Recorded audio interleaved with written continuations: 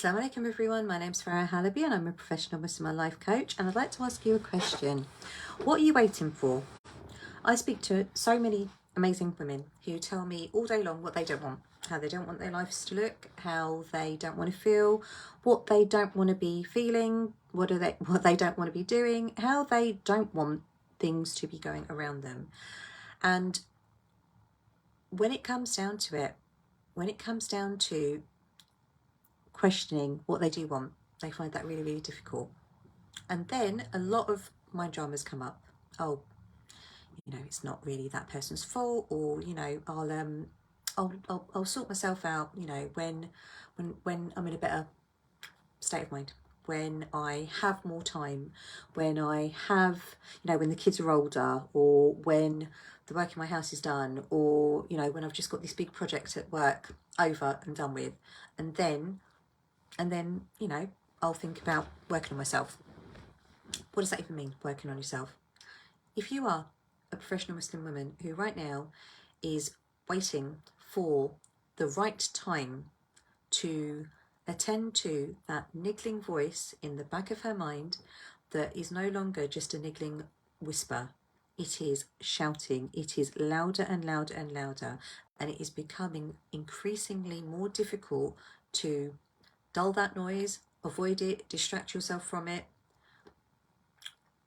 try to pretend it's not there. There's never the right time to help yourself, to help you overcome the challenges that you're facing, because all the while they're knocking around in your mind, there aren't any solutions there. You're in coping mode. You're not in solutions mode. You are in trying to distract yourself from that niggling voice that is getting louder and louder.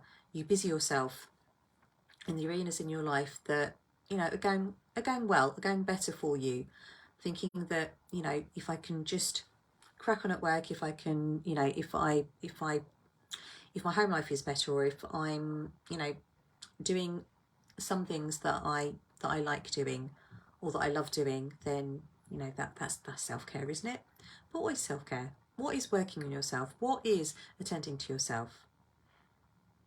Think about the responsibility that you have, the way in which you run your business, the way in which you run your home, the way in which you parent your children, the way in which you relate with your loved ones in your community.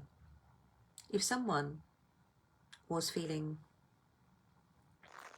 not even anxious or really, really upset, if someone was just a little bit down one day, what would you do? Would you tell them just ignore it? Would you say to them, don't worry, cheer up, might never happen? Or would you listen? Would you hold a space? Would you want to help them?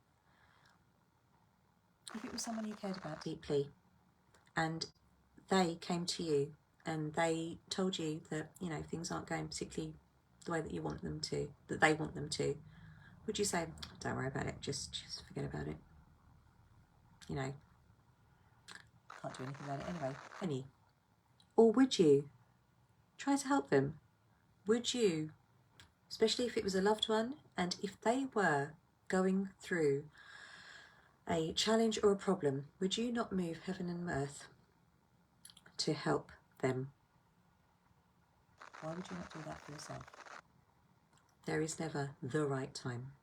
There is never just the right amount of energy, just the amount of resources. There will never be that perfect time at work where things are okay, things are a bit quiet. There is never that right time in your home. There's always something that's got to be done. Never right time, never right age for the children. They will need something of you at every single stage of their life.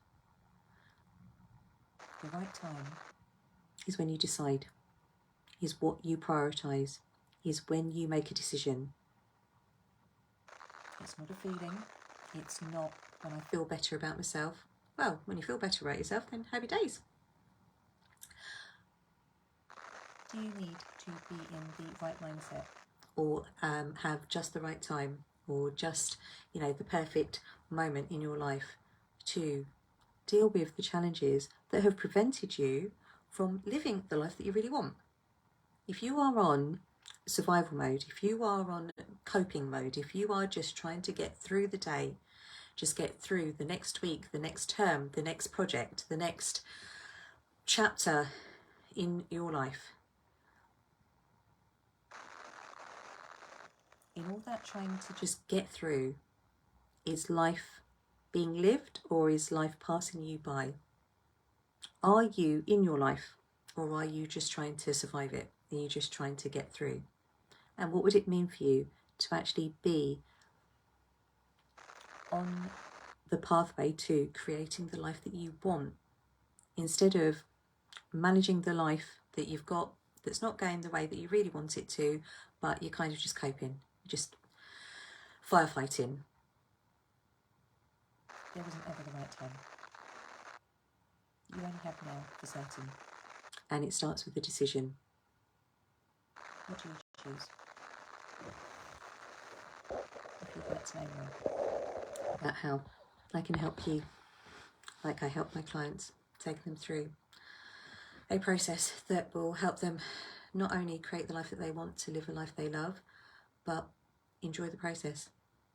Get really excited, enthused, motivated, inspired, with complete safety, confidence and security in that one-to-one help that will help you not just get to where you want to be, but really map out how you want to get there, and enjoying the journey, really overcoming all of those obstacles, all of those challenges that have stopped you from starting. Your time, your energy, your attention to yourself, the management of you, so that you are in your life, not letting it pass you by.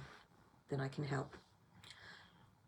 The ways in which you can book a consultation with me are in the comments. If they're not, then you can email connect@farahhalabi.com to find details of or to ask for details of my next available consultation. I've got a couple of slots left this week, so if you are thinking, when's the right time, I'll do it when the right time comes. Don't know when the right time is. The right time's like the 24th of never happen unless you decide. Make the decision. I can change my life, and let's work together to make that happen for you. As always, I pray that you are safe, well, happy and healthy, and inshallah I will speak to you very soon. But for now, take care. Assalamu alaikum.